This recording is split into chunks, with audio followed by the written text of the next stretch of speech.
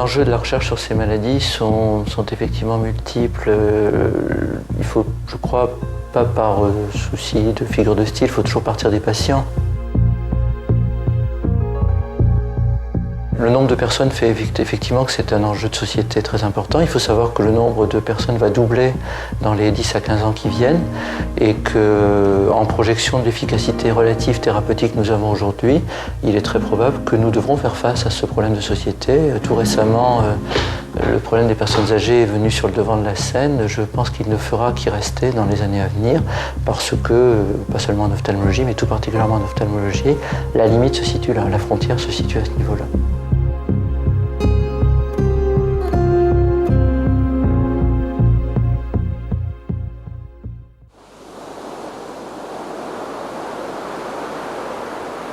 L'œil serait le plus vieil organe que la nature ait donné aux êtres vivants.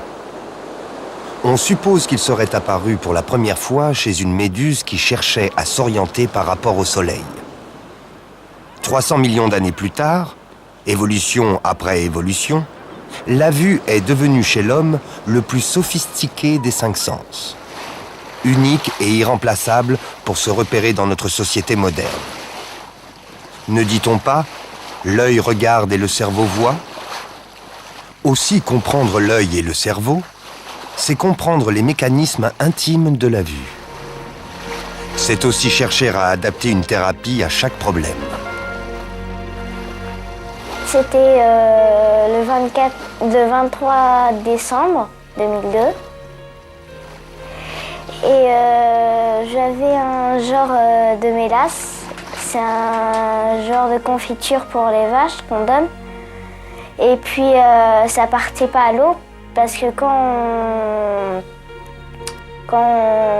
on attend plusieurs minutes, et ben ça sèche et puis on n'arrive pas à l'enlever. Puis moi je voulais essayer à l'eau, mais comme ça partait pas. Et puis j'ai eu l'instinct d'aller dans la salle de traite où on trait les vaches. Pour me détacher les mains avec de l'eau de javel industrielle. Et puis j'ai pompé et puis ça sortait pas, donc j'ai eu l'instinct de regarder et puis en même temps ça a sorti. Et c'est venu sur mon œil et puis on m'a emmené à l'ambulance. Je dormais parce que tellement que je pleurais, j'étais fatiguée. Et puis après, ils m'ont regardé. Et puis après, je suis restée là-bas. J'ai été passer Noël à l'hôpital. Et puis le réveillon de Noël, je l'ai passé au bloc opératoire.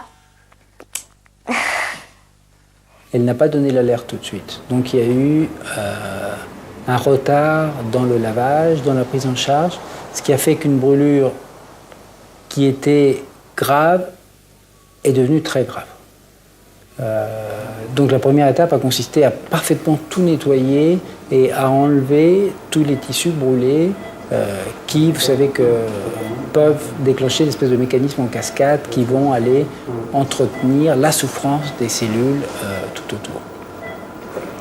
Et justement, c'est là où Coralie est un peu une miraculée, si on peut dire, c'est qu'on venait de mettre au point le protocole des membranes amniotiques, et donc elle a été parmi les premières à pouvoir bénéficier de cette prise en charge urgente par membrane amniotique. Et donc c'est vrai qu'au départ, on était extrêmement inquiets. C'était une brûlure grave, limite stade 4, donc je vous disais entre 3 et 4, donc presque toute la surface de l'œil était brûlée, donc on pensait vraiment que ça allait très très mal tourner. Bon, néanmoins, on a décidé de mettre en place cette membrane qui a permis, au moins dans un premier temps, de la soulager de ses douleurs. Parce que la petite fille ne dormait plus, elle avait tout le temps l'œil fermé, à se toucher, enfin, bon, rien ne réussissait à la calmer, sauf la membrane. Et c'est justement Coralie qui, quand la membrane évoluait et n'avait plus d'action, venait directement demander à sa maman de l'amener en consultation. Et elle avait acquis à la fin une précision très importante qui lui permettait de dire, voilà, là je sens que ma membrane n'agit plus, il va m'en falloir une autre. Et c'est très rare quand vous dites à un enfant, voilà, on va te garder à l'hôpital pour t'opérer. Elle était quasiment demandée. Elle disait, elle venait avec ses affaires, elle disait, je sais que je vais rester parce que ça va me faire du bien. Et effectivement, on lui faisait l'application de membrane amniotique et 1 ou 2 jours après, elle recommençait à rouvrir l'œil et on la voyait, elle commençait à ressourire, etc. Répondre à la question « Qu'est-ce que la vision ?», c'est déjà s'attacher à comprendre ce qu'est la lumière. Car sans lumière, pas d'image. La lumière, cette matière si particulière à première vue invisible, est pourtant constituée de milliards d'éléments appelés photons. Ce sont ces milliards de photons qui, rassemblés en un rayon lumineux, pénètrent l'œil.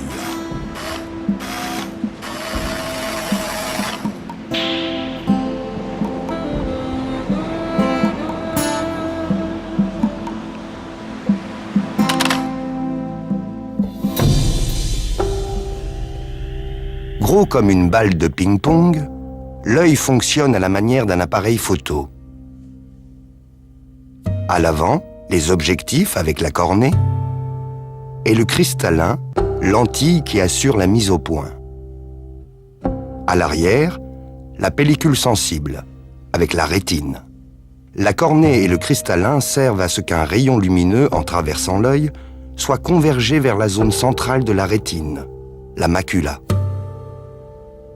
Dans cette zone minuscule se trouve une énorme concentration de cellules photoréceptrices qui transforment les rayons lumineux en influx nerveux.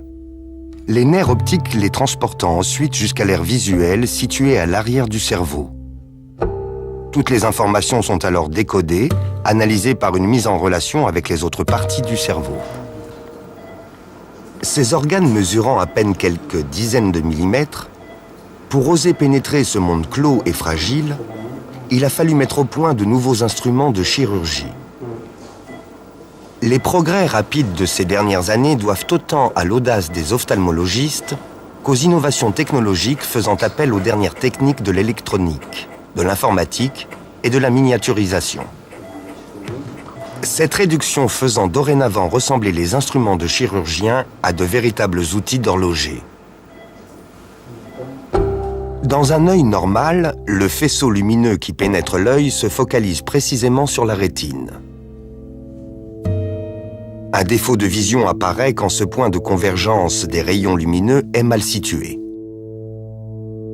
Trop en avant de la rétine, c'est la myopie. Trop en arrière, c'est l'hypermétropie. Et c'est le flou assuré. La cornée possédant le pouvoir optique le plus important de l'œil, il était logique qu'on pense à elle pour soigner ces aberrations de la vision. Aucune technique n'est restée à l'écart de l'ophtalmologie moderne. Même celles qui paraissaient les plus folles il y a quelques années ont été imaginées, jusqu'au laser.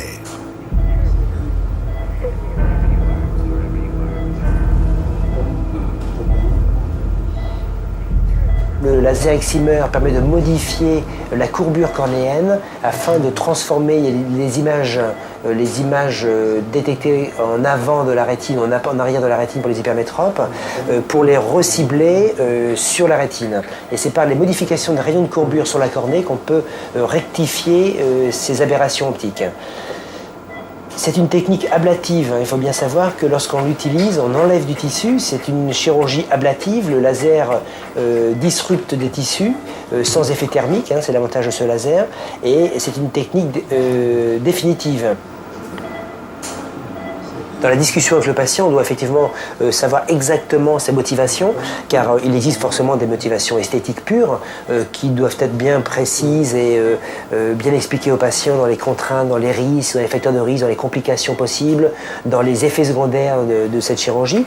Mais effectivement, il existe des cas de patients porteurs de lentilles depuis 15 ans, avec une intolérance majeure aux lentilles, des sportifs de haut niveau dans lesquels les lunettes comportent des risques ou des intolérances sur le plan aberration optique.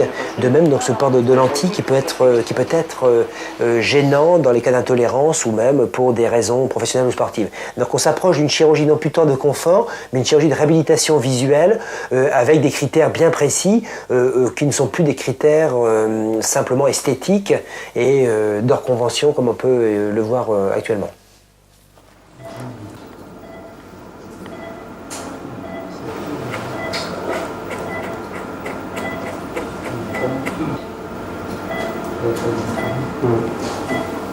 Avec l'âge, il arrive que la cornée perde sa transparence. Les greffes, facilement réalisables, ont été maîtrisées très tôt. Ce fait tient à la constitution même de cet organe, épaisse et robuste, malgré une épaisseur d'un demi-millimètre. Non vascularisée, la nouvelle cornée n'entraîne pratiquement pas de réaction immunitaire. Et quel que soit le donneur, elle est facilement compatible. De meilleures conditions de conservation associées à la mise en place de banques de cornées dans chaque région ont contrecarré la pénurie de dons et permettent actuellement en France la réalisation de près de 4500 greffes par an. Enjoy.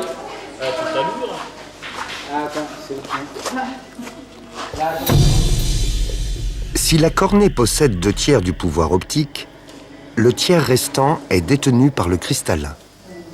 Lentille épaisse située juste derrière l'iris. Ici aussi, avec l'âge, l'opacification est possible. C'est ce qu'on appelle la cataracte. La réussite de son traitement est quasi assurée, même si, dans certains cas, il peut exister une petite rechute au bout de quelques années. C'est en observant la machine à détartrer de son dentiste qu'un ophtalmologiste américain a eu l'idée de l'invention du procédé. L'opération consiste à désintégrer par micro-ondes le cristallin déficient et à le remplacer par un implant de synthèse avec l'impression finale d'avoir changé le pare-brise sale et rayé. La méthode est maintenant rodée et on procède en France à plus de 400 000 cataractes par an. Regardez plus bas, monsieur. Voilà, c'est pas mal. Devant le succès de l'ophtalmologie dans les traitements de la cornée et du cristallin, les patients sont tentés de réclamer une ou plusieurs interventions dès lors qu'ils ressentent une petite gêne. Mais cela reste un acte chirurgical avec ses risques et ses complications.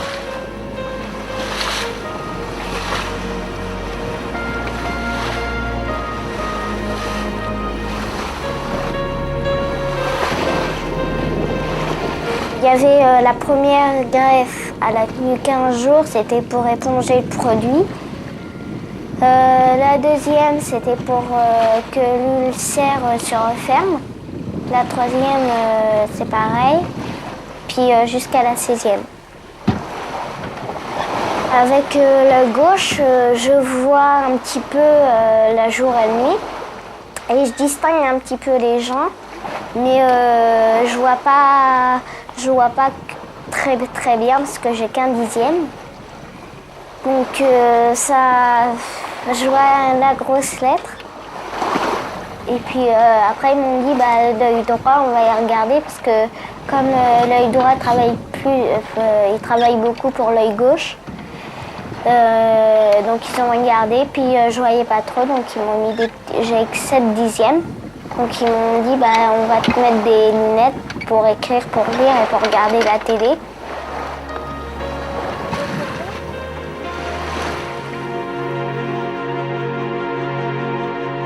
Donc une femme accouche, donc après la naissance du bébé, une partie de ce qui nourrissait le bébé, qui s'appelle le placenta, donc, est normalement expulsé. Et à partir de ce placenta, donc on peut extraire une membrane acellulaire, c'est-à-dire qui n'a pas de cellules, qui a simplement des composantes pleines de tissus, de facteurs de croissance. Bon, on ne connaît pas exactement la composition de ces membranes.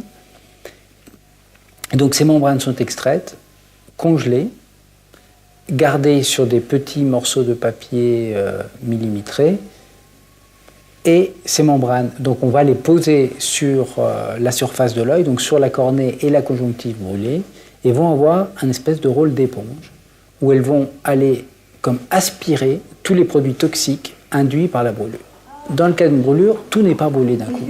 Et donc là où on se bat, c'est pour que ce qui n'a pas été brûlé directement ne soit pas, ces cellules ne meurent pas par le mécanisme induit par la mort des cellules à côté.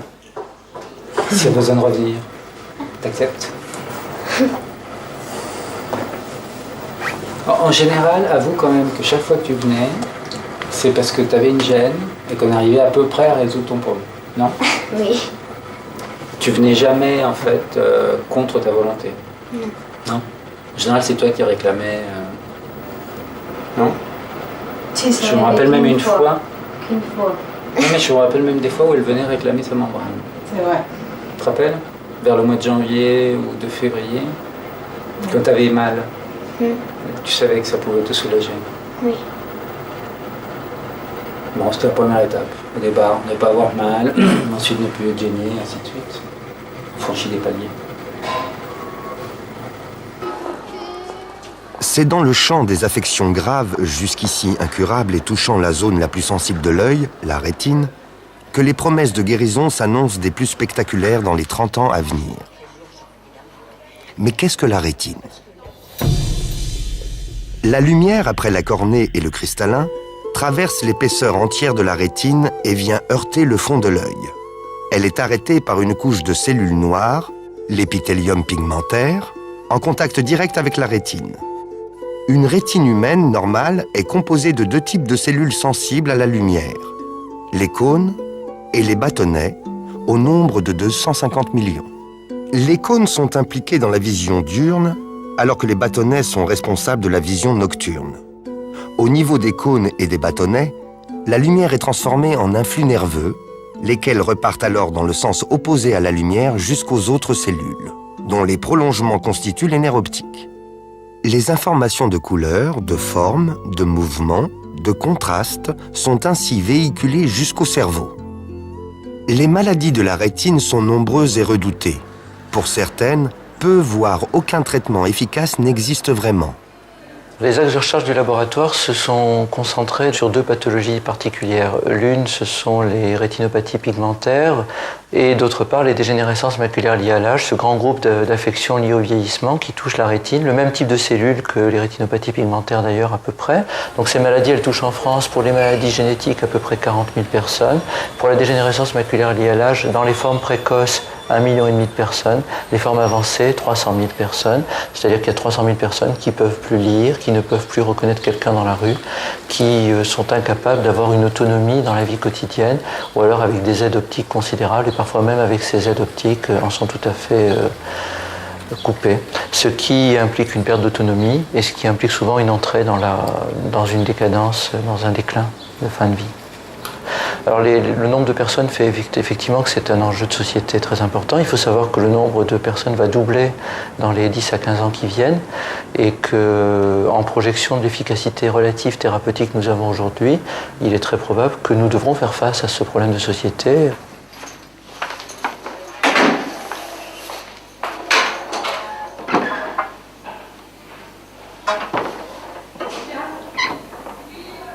La première fois que j'ai senti qu'il y avait quelque chose d'anormal, c'était en vacances au mois d'août dans un pays méditerranéen, donc avec beaucoup de luminosité dans la journée.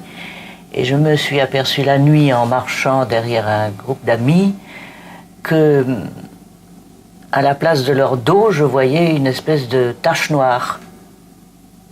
C'est-à-dire que la vision centrale était occupée par une tache noire, la nuit.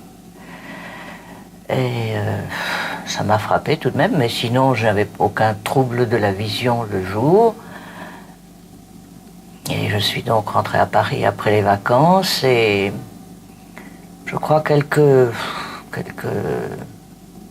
semaines après, je me suis aperçu que les lignes droites, quand je regardais un mur ou un placard à la cuisine, les lignes droites ondulaient un peu. Ça m'a beaucoup étonné et j'en ai parlé à un de mes amis ophtalmologistes qui a tout de suite levé les yeux au ciel en disant « Ah, mais c'est tout à fait particulier, il faut que je t'envoie chez un spécialiste de ce problème. » Nous voyons un petit peu donc le tout venant des consultations en pathologie rétinienne et nous leur faisons un bilan électrophysiologique, essentiellement 2 examens complémentaires, l'électrooculogramme qui teste une couche de la rétine essentiellement, c'est-à-dire l'épithélium pigmentaire, donc qui intéresse tout particulièrement les rétinites pigmentaires, et puis un autre examen, l'électrorétinogramme, qui teste la rétine dans son ensemble. Comme ça, bien relâché, il faut bien relâcher pour que l'influx passe bien. Il faut que j'éteigne, hein, ça ne bouge pas. Le service d'électrophysiologie, il faut que ce soit un service calme. Et que l'accueil soit vraiment très, très détendu, puis être très, très à l'écoute, parce que souvent les patients sont très, très angoissés et il faut les mettre à l'aise. C'est pas perdre du temps, mais on passe beaucoup de temps à leur expliquer la façon dont va se dérouler l'examen. Mais je crois qu'il faut bien expliquer au patient ce qu'on va lui faire. Et ensuite, je les reçois toujours après leur examen pour essayer de répondre à leurs questions dans la mesure où je pense que c'est nécessaire ou en essayant d'être le plus clair possible pour eux. Et souvent, je trouve que ça apaise plus leur angoisse qu'autre chose.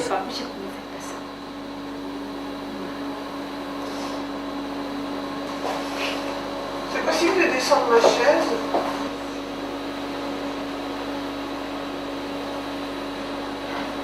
Le diagnostic a été posé tout de suite de dégénérescence maculaire et ça a évolué lentement, disons-nous, progressivement, lentement, depuis.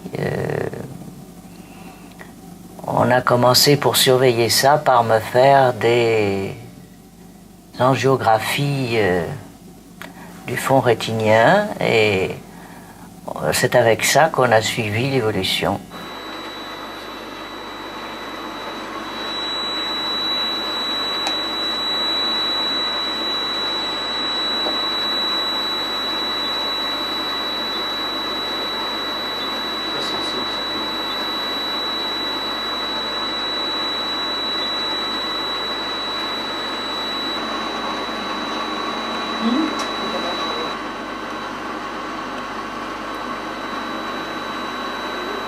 On m'a dit tout de suite, et c'est vrai, que je ne serai jamais complètement aveugle, c'est-à-dire que la vision latérale est maintenue et qu'on peut à peu près se diriger en plein jour, pas de nuit bien sûr, pas quand la lumière baisse. On peut à peu près se diriger puisqu'on voit non pas le détail en face de soi, mais tout ce qui est autour. Et en prenant l'habitude de faire bouger l'œil, on arrive à mettre ce qu'on veut voir au centre, à le mettre sur le côté, et avoir donc comme ça une opinion assez large de ce qu'on voit en face de soi. C'est pas simple.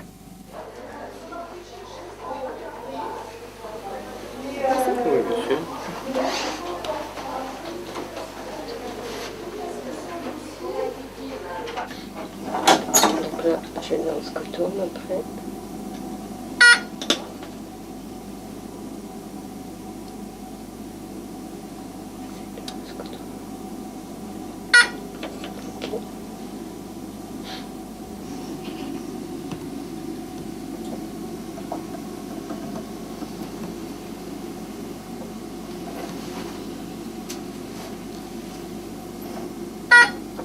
Quand il voit que le patient ne peut plus rien lui faire, il propose une rééducation de basse vision pour aider la personne à travailler dans la vie courante, à l'aider dans sa vie quotidienne, à l'aider un petit peu, même moralement également, puisque nous, on les aide un peu psychologiquement, à leur démontrer que c'est vrai qu'ils ne voient pas très bien, mais ils peuvent se débrouiller avec une certaine attitude, un certain travail effectif, à refaire des choses qu'ils ne faisaient plus avant.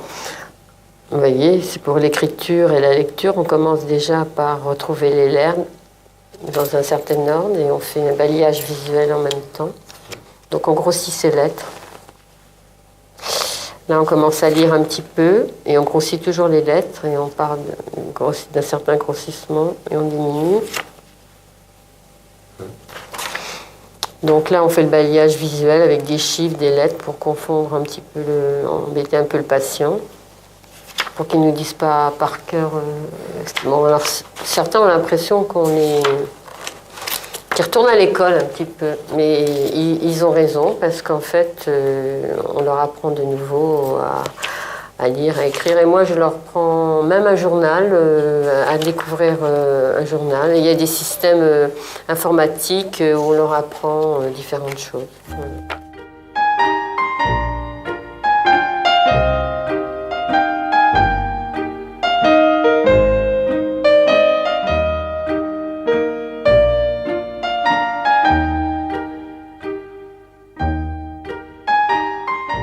Je vois encore beaucoup de choses quand elles sont bien éclairées. Je vois beaucoup de choses. Je ne vois pas les détails, mais les grandes perspectives, je les vois. Et je crois que ça, même avec mon mauvais œil, je les verrai toujours, parce que cette vision latérale éloignée, je la vois et j'ai pris l'habitude de balayer avec mes yeux un paysage et donc de tout voir. Non, je prends beaucoup de plaisir à me balader, mais ne me demandez pas de voir les détails. Voilà, il ne faut pas que j'aille dans un jardin regarder les petites fleurs. Mais je peux voir le jardin.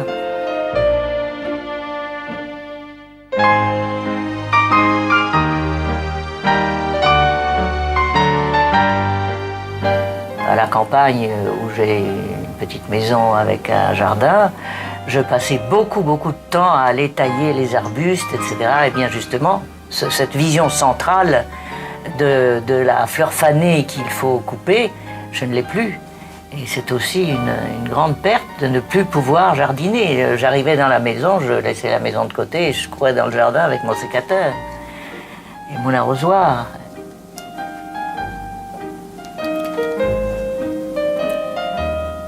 Alors, chercher quelque chose la nuit, sortir la nuit, aller au spectacle la nuit, ça devient très difficile.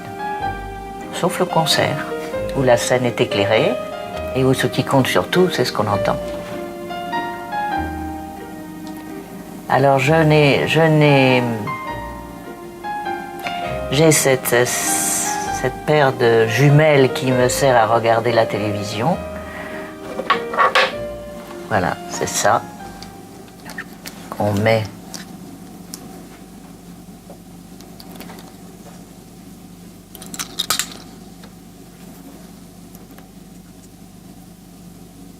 de cette manière et ça permet de voir des choses éclairées. Évidemment, ça n'éclaire pas ce qui est noir. Mais au cinéma, je pense que peut-être, bien que ce soit beaucoup plus à distance un écran de télévision, je pense, il faudrait que j'essaye pour voir si au cinéma ça me sert à quelque chose.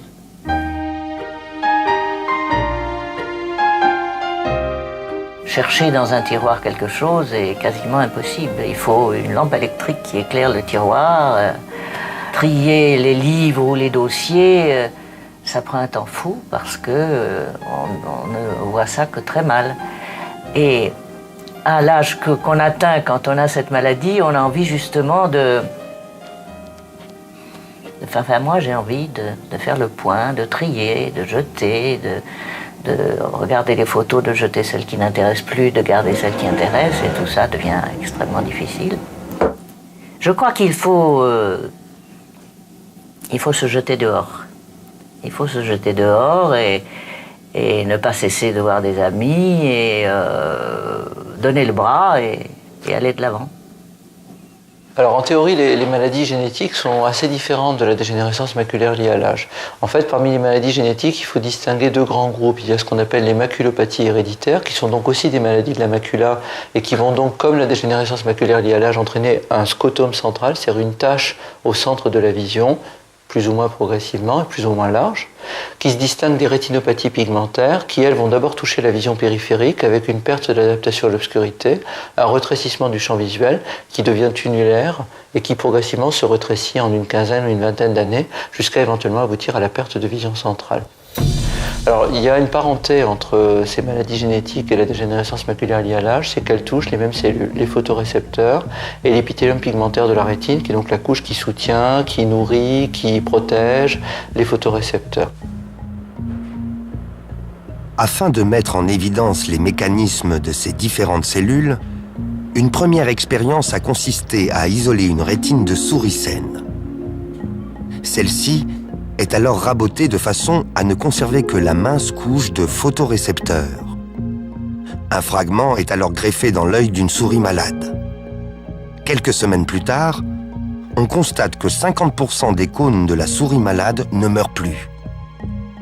Chez la souris ou chez l'homme atteint de maladies rétiniennes, les mutations touchent d'abord les bâtonnets, entraînant leur perte de fonction, c'est-à-dire la perte de vision nocturne. Mais cela n'explique pas pourquoi les cônes disparaissent ensuite.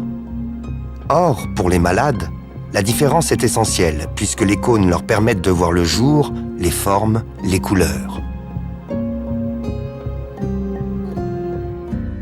L'hypothèse donc, qui se trouvait validée d'un seul coup, ou tout au moins proposée, c'est qu'ils avaient besoin des bâtonnets pour vivre et que le mécanisme sous-jacent devait être élucidé. Nous avons pu montrer que le signal de survie des cônes était un signal diffusible, c'est-à-dire que les bâtonnets, ou quand il y avait des bâtonnets, dans la rétine, était libérée une protéine ou plusieurs qui entraînaient la survie des cônes. Mais après, quelle était cette protéine? Grande question. Donc c'est là qu'intervient Thierry Léveillard, que j'ai fait venir à ce moment-là au laboratoire, pour nous aider par des stratégies complètement différentes de biologie moléculaire à identifier cette molécule. Donc on a pris une option qui était de rechercher par des approches donc, de génomique fonctionnelle, qui sont des approches systématiques, de rechercher tous les gènes codant pour des protéines ayant la potentialité de faire survivre les cônes. Et parmi tous ces gènes-là, d'identifier ceux qui étaient exprimés spécifiquement par les bâtonnets, et donc ceux dont l'expression diminuait lorsque les bâtonnets étaient morts par suicide programmé cellulaire. En utilisant des rétines de poulet qui ont la particularité d'être essentiellement constituées de cônes, les équipes de l'INSERM ont démontré que la protéine en question agissait aussi sur les cônes de rétine de souris. Cette protéine est donc capable d'avoir une action positive sur une autre espèce.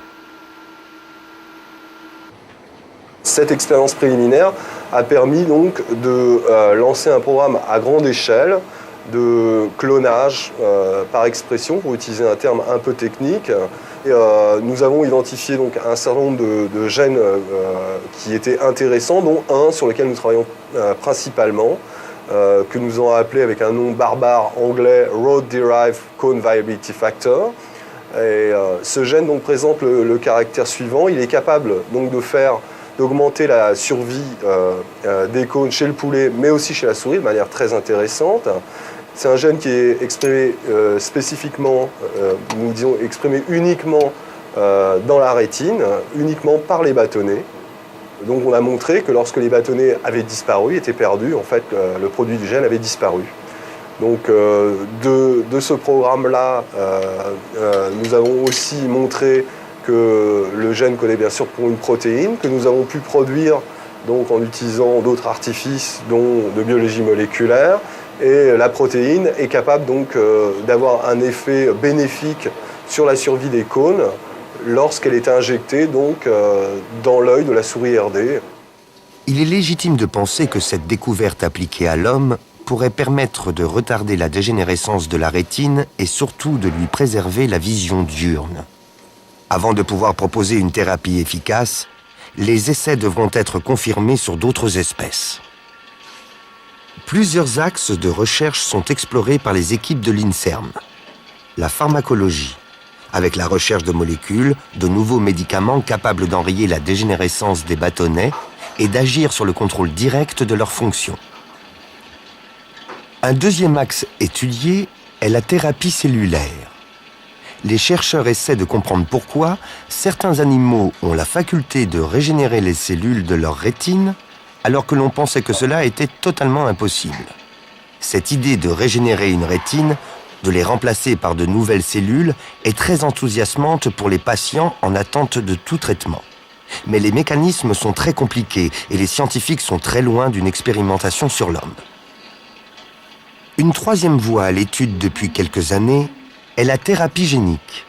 Elle consiste à introduire directement dans les cellules malades d'un œil un nouveau gène capable de fabriquer la protéine manquante nécessaire à la survie des cônes. Une expérience concluante a été effectuée sur des chiens atteints de cécité et ils ont retrouvé la capacité de se repérer.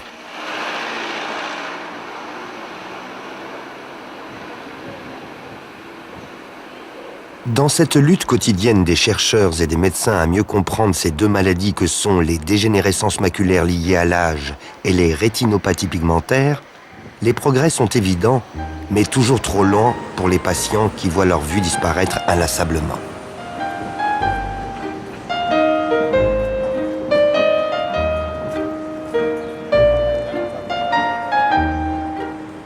J'ai confiance en une science pour les autres. Je ne pense pas que c'est moi qui vais pouvoir en profiter, mais j'ai très grande confiance dans les médecins chercheurs actuels et qui sont les miens. Et je suis sûr que dans une décennie, il y aura sûrement un changement important, peut-être avant, peut-être après, mais évidemment, il y a une inquiétude en ce qui concerne mes enfants, puisqu'on m'a posé la question, et je me pose la question, est-ce que c'est ce cadeau que je vais leur faire un héritage ? J'espère très très fortement que la recherche va arriver à trouver rapidement, avant qu'eux soient à l'âge où quelque chose s'est déclenché chez moi,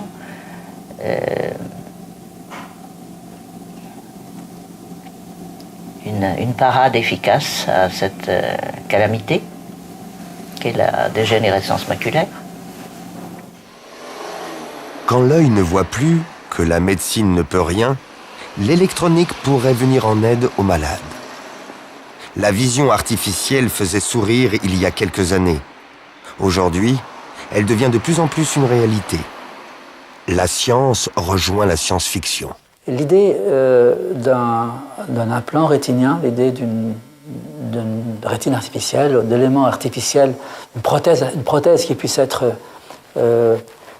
apposée sur certaines structures de la rétine, tient au principe de pouvoir activer, de pouvoir stimuler les structures épargnées pour faire en sorte qu'elles puissent transmettre une information au centre visuel supérieur, cérébraux, en dépit de ce qu'il leur manque certaines structures dans l'œil. L'approche différente, certainement complémentaire à certains égards, on pourrait discuter en quoi elle peut être complémentaire, et non pas d'apporter à la rétine des cellules extérieures qui remplaceront celles qui sont détruites, mais d'y placer une sorte de prothèse, une structure faite de toutes petites électrodes, de très très très fines microélectrodes, qui vont, à la place des photorécepteurs disparus, stimuler la rétine. Alors comment est-ce que ces microélectrodes vont être contrôlées? Comment est-ce qu'elles sauront? Comment est-ce que l'indication leur sera donnée de stimuler les cellules rétiniennes? Eh bien, ces microélectrodes seront couplées à une cellule photoélectrique, un capteur de lumière, capteur solaire, si vous voulez. Et lorsque ces capteurs vont recevoir la lumière, elles transformeront cette lumière en signal électrique et activeront les cellules rétiniennes juste en regard. Et ainsi, la fonction, nous espérons que la fonction de ces photorécepteurs puisse, en tout cas en grande partie, être substitués par cette structure microélectronique. Alors, on va mettre le casque qui sert à simuler les implants rétiniens.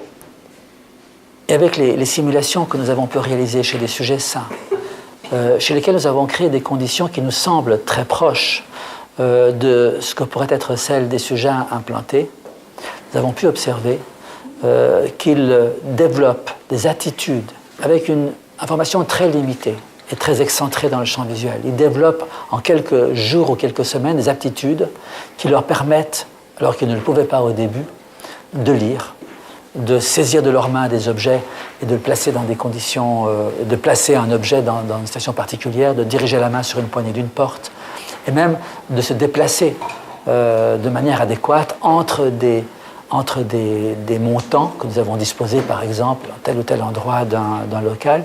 Et nous avons été nous-mêmes très impressionnés, et nous l'espérions, mais tout de même agréablement et très heureusement surpris, des facultés extraordinaires qui sont celles de l'adaptation propre des mécanismes cérébraux.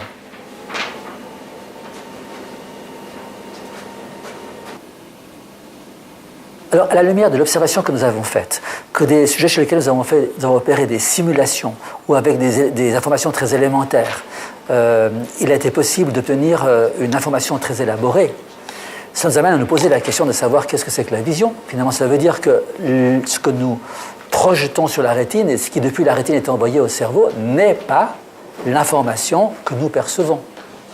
La perception visuelle, la vision, constitue en réalité l'aboutissement de la rencontre et de l'interaction de deux processus différents.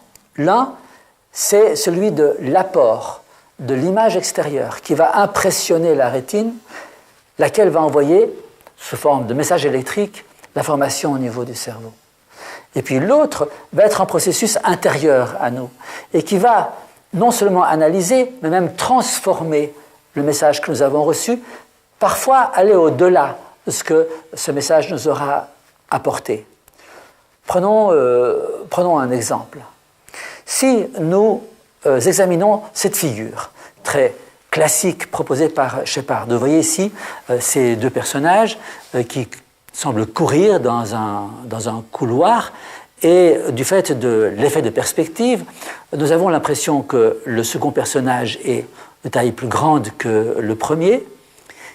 Nous avons, pour la plupart d'entre nous également, l'impression instinctive, forte, que le second personnage est en train de poursuivre le premier.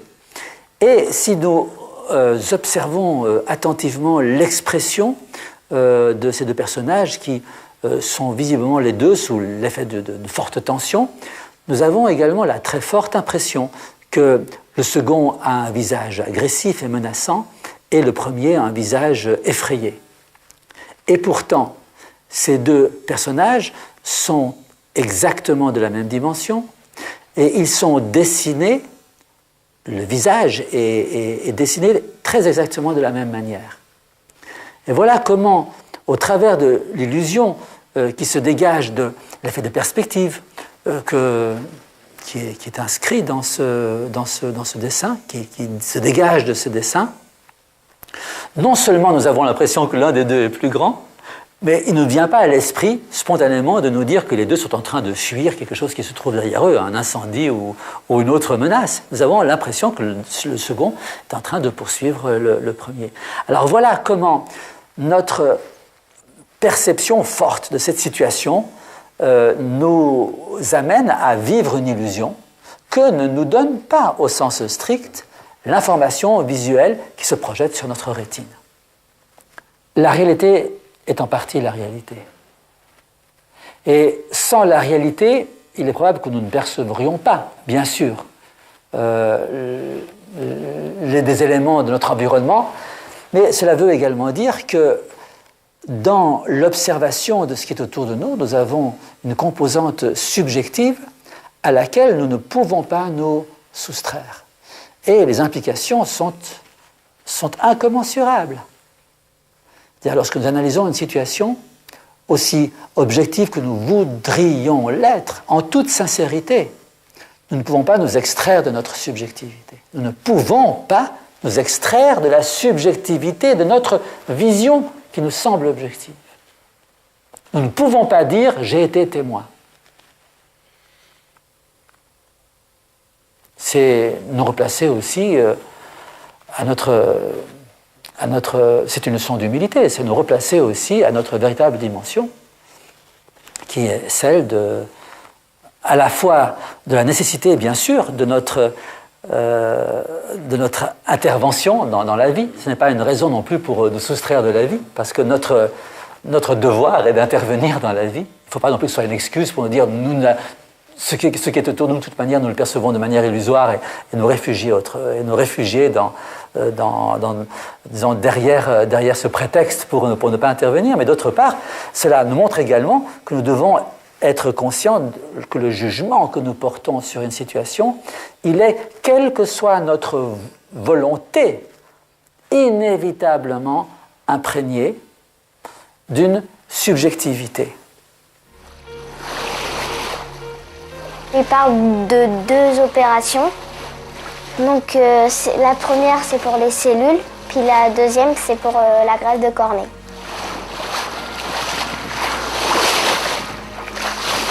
Simplement, il y a actuellement des techniques où on prend très peu de cellules sur l'œil sain et en culture on est capable de les diviser pour, à partir de quelques cellules, en faire plusieurs milliers, ce qui permettrait d'en prendre très peu du côté sain.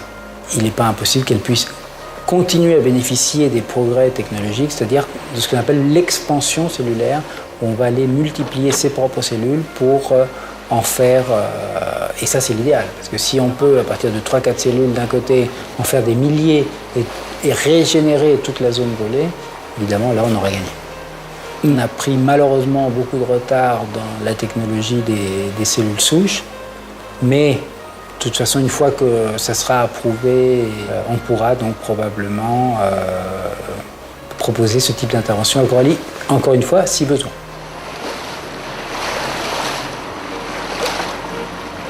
J'aperçois le futur. Je dis ils vont essayer de me guérir, je vais vivre normal. Et puis à chaque fois que je vois des photos, je regarde comme mon œil comme il était avant. Donc voilà. En 30 ans, l'ophtalmologie a réalisé des progrès considérables qui ne cessent de s'accélérer. Faut-il pour autant s'attendre à voir disparaître définitivement toute maladie ou tout défaut de l'œil? Dans cette quête encore longue, l'œil devient plus que jamais un enjeu scientifique, économique, mais surtout humain.